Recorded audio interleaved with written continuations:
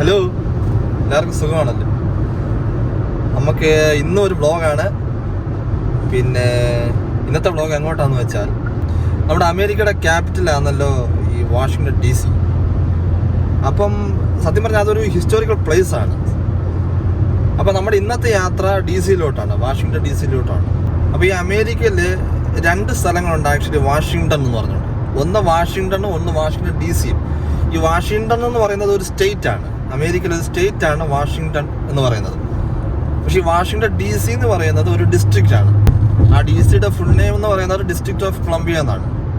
അത് നമ്മുടെ അമേരിക്കയുടെ ക്യാപിറ്റലാണ് വാഷിങ്ടൺ DC. അപ്പം നമ്മൾ ഇന്ന് അവിടുത്തെ കുറേ കാര്യങ്ങൾ എക്സ്പ്ലോർ ചെയ്യാൻ പോവാണ്. അപ്പോൾ നമ്മൾ നേരെ അങ്ങോട്ട് ആ കാഴ്ചയിലേക്ക് കൂട്ടിക്കൊണ്ട് പോവാണ്. നമുക്കറിയത്തില്ല അവിടെ എന്തൊക്കെ കാര്യങ്ങളുണ്ടെന്ന്. ചെന്ന് നമുക്ക് ഓരോന്ന് കാണാം. പറ്റുവാണെങ്കിൽ ഒരു ബസ് ടൂറും നമ്മളൊന്ന് പ്ലാൻ ചെയ്യുന്നുണ്ട്, അറിയില്ല. അപ്പോൾ നേരെ ആ കാഴ്ചകളിലേക്ക് പോവാണ്. പോകുന്നതിന് മുമ്പായി നിങ്ങൾ ചാനലും ഒന്ന് മറക്കാതെ സബ്സ്ക്രൈബ് ചെയ്തവരാണെങ്കിൽ ഓക്കെ, ചെയ്യാത്തവരൊന്ന് ചെയ്തേക്കണം. ആ ബെല്ലൈക്കോണും ഒന്ന് എനേബിൾ ചെയ്തേക്കണം. അപ്പോൾ നമ്മൾ നേരെ ആ കാഴ്ചയിലേക്ക് പോവാണ്. അങ്ങനെ നമ്മൾ DC വന്നു കേട്ടോ, വാഷിങ്ടൺ DC വന്നു. ഇടയ്ക്ക് വഴികളൊന്നും കാണിച്ചില്ല, മൊത്തം ഭയങ്കര റഷും കാര്യങ്ങളൊക്കെ ആയിരുന്നു. അതുകൊണ്ട് ഞാൻ വണ്ടി ഓടിച്ചത് കൊണ്ട് എനിക്കത് വ്ളോഗ് ചെയ്യാനും പറ്റിയില്ല. പിന്നെ ഇവിടെ കൊണ്ടുവന്ന് പാർക്കിങ്ങിന് അല്പം പ്രയാസമുണ്ട്. നമ്മൾ പാർക്കിംഗ് ഒക്കെ ചെയ്തിട്ടാണ് ഇപ്പോൾ പുറത്തോട്ടിറങ്ങിയാണ്ട് ഈ ഭാഗത്താണ് നമ്മളൊരു ബസ് ടൂർ നോക്കുന്നത് കേട്ടോ.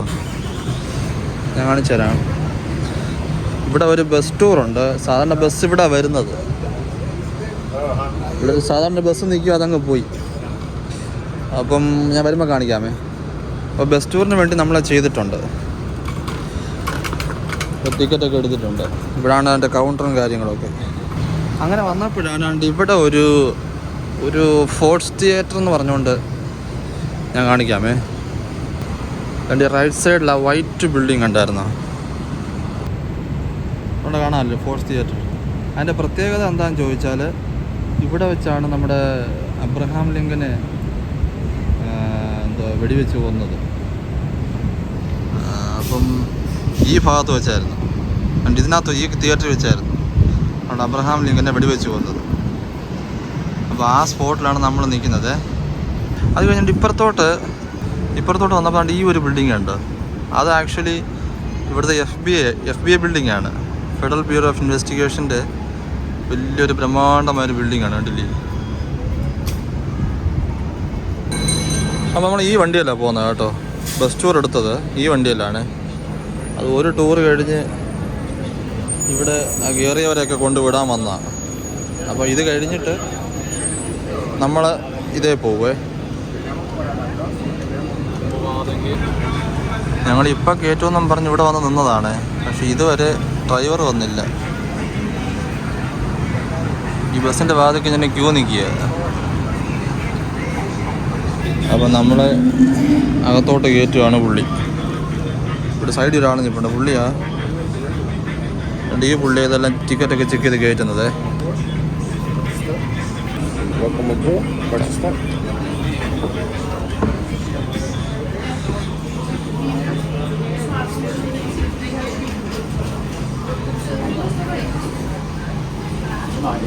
നമ്മളിവിടെ ഇതിലൊരു സീറ്റിലങ്ങ് ഇരിക്കുകയാണ്. അപ്പോൾ ഇതാണ് നമ്മൾ കയറിയ ബസ്. ബാക്കിലോട്ട് ആൾക്കാർ ഇരിപ്പുണ്ട്,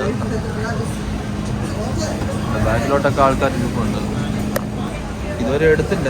ശരിക്കും 11:30 നമുക്ക് സമയം പറഞ്ഞേക്കുന്നത്. ഇപ്പം മണി ഏകദേശം 12 ആകാൻ പോകുന്നു. അപ്പോൾ ആൾക്കാർ ഇങ്ങനെ കയറിക്കൊണ്ടിരിക്കുന്നേ ഉള്ളൂ. എപ്പോഴും എടുക്കുന്ന അറിയത്തില്ല. ഈ പുള്ളിയാണെന്ന് തോന്നുന്നു അതിൻ്റെ ഡ്രൈവർ, ആ വൈറ്റ് ഷർട്ട് ഇട്ടേക്കുന്ന ആൾ. അപ്പോൾ വണ്ടി എടുക്കാറായി. Hotel Harrington. That is the last family-owned hotel here in downtown DC. In 2014, they celebrated their 100th anniversary. Now, the top floor of that building, back in 1945, was Washington, D.C.'s very first television station. It was the Dumont Network. Later became Channel 5 here locally.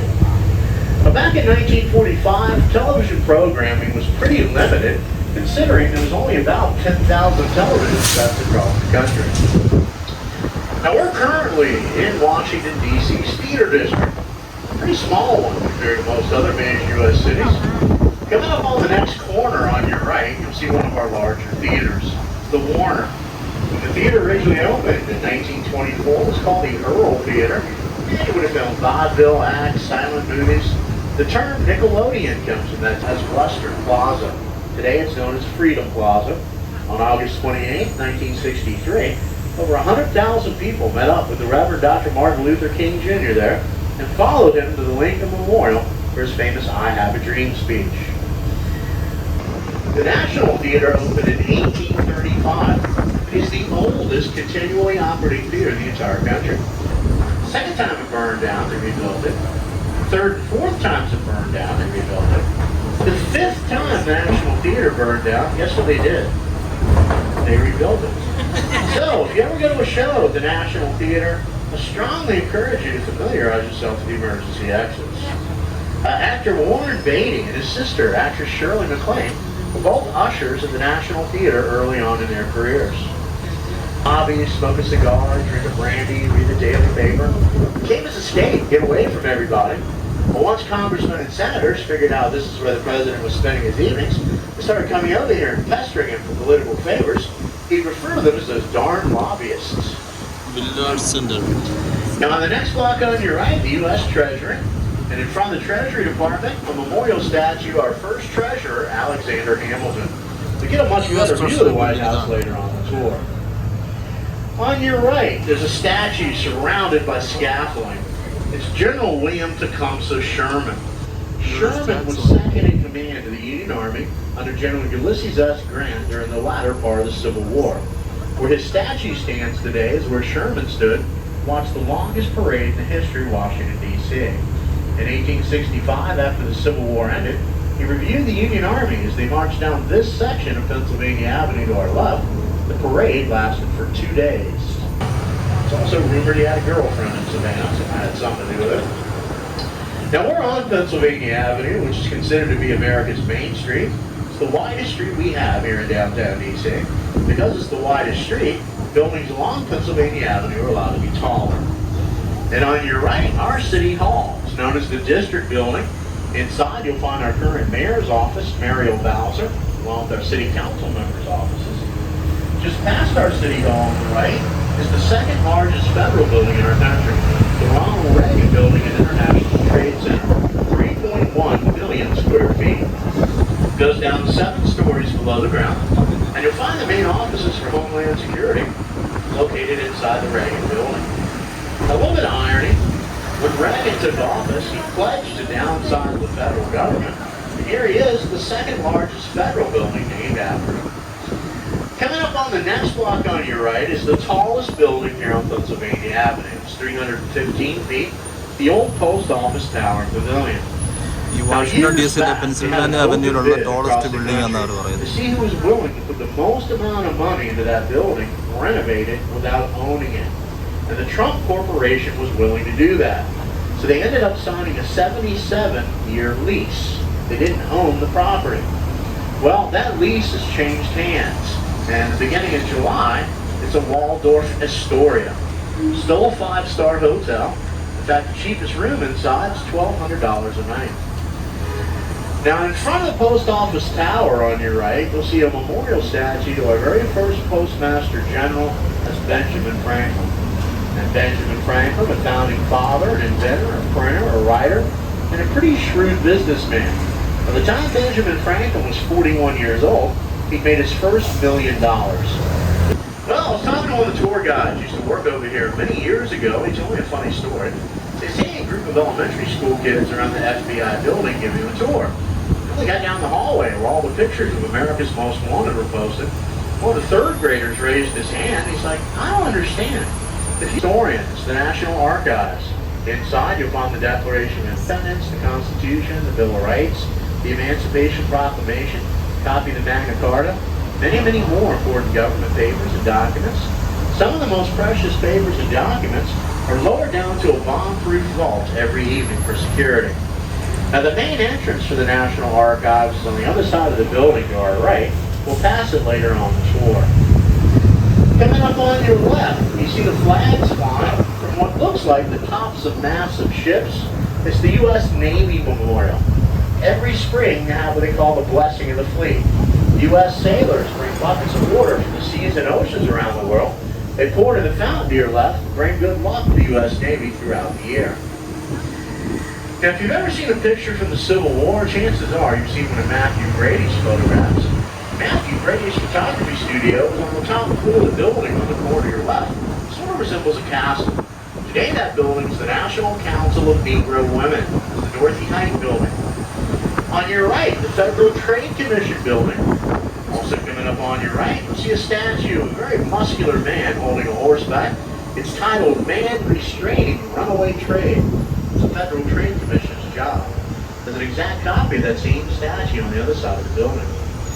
And to your far right, the West Building of the National Gallery of Art.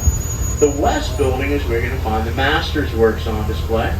Monet, Rembrandt, Van Gogh, Toulouse-Lautrec, to name a few. There's even a Da Vinci on display. It's the only Da Vinci in the Western Hemisphere. Now, both the East and the West buildings of the National Gallery of Art are free to visit. But right now, only the West Building is back open again. And folks, do yourself a favor. Any museum you plan on visiting while you're here in town, check their website first.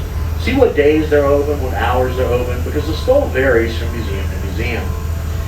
On the next block on your right, what's known as the Zodiac Fountain. All the signs of the Zodiac are around the base. It's also known as the Carnegie Mellon Fountain. A very wealthy family contributed money to help construct the West Building of the National Gallery of Art. Just past this construction, coming up on our left, our neighbors to the north embassy, the Canadian embassy.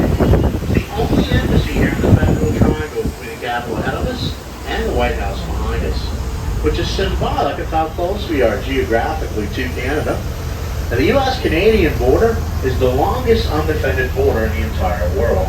Coming up on the next block on your right is the East Building of the National Gallery of Art. We're going to find more contemporary and modern artists' works on display.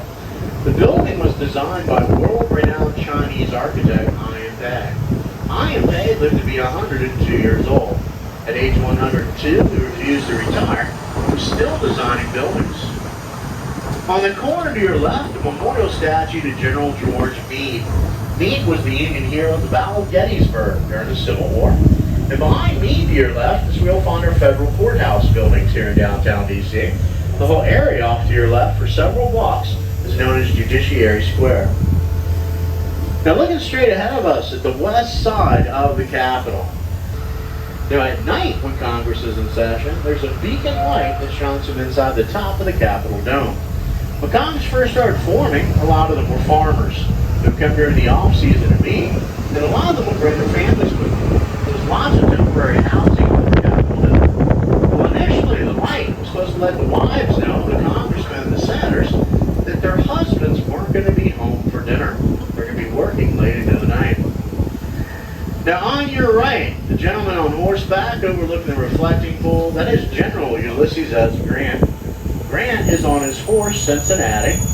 To the left and right of Grant are Civil War memorials to the artillery and the cavalry. Now, atop the Capitol Dome, there's a 19.5-foot statue. She's known as Lady Freedom. Lady Freedom has her back towards us. She's facing east. East is the direction they thought D.C. was initially going to develop, but the Federal Triangle is going to be built off to the west, behind us. Now, in the center of the circle, there's a memorial statue. Well, it's known as the Peace Memorial. It's also known as the U.S. Navy Civil War Memorial. There are two female figures atop. One represents America. She's weeping on the shoulders of history. History has a book in her hand that contains all the names of the fallen U.S. sailors and Marines from the Civil War. Now, traditionally, presidents were sworn in on the east side of the Capitol, the other side. But Ronald Reagan decided to be sworn in on this side, the west side. Thanks to the people of America, it became a tradition.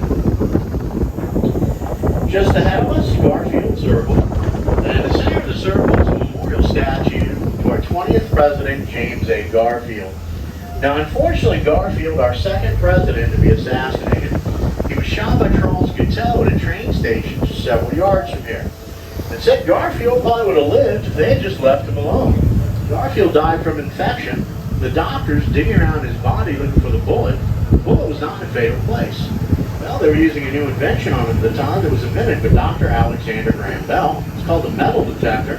They didn't stop to think. President Garfield was laying on a metal coil spring mattress. Building is the Smithsonian Museum of the American Indian, made of Minnesota limestone. The exterior is supposed to look like a natural rock formation. It's been aged by decades with wind and rain. There's a really interesting exhibit in that museum. It's on the code talkers during World War II. Navajo is not a written language, so there's no record of it. Navajo Indians were able to communicate to one another our country's plans during World War II. No other country could understand what they were talking about. But just ahead of us, across the street, is the Voice of America building. Daily, in over 40 different languages, the news of the world and the United States is broadcast live. Now we're coming up onto 4th Street. If you went just 2 blocks to your left down 4th from here, you'll find a relatively new museum here in town. It's the Museum of the Bible. And you'll find most of the private museums are back open again. As I mentioned earlier, check their website first just to be safe.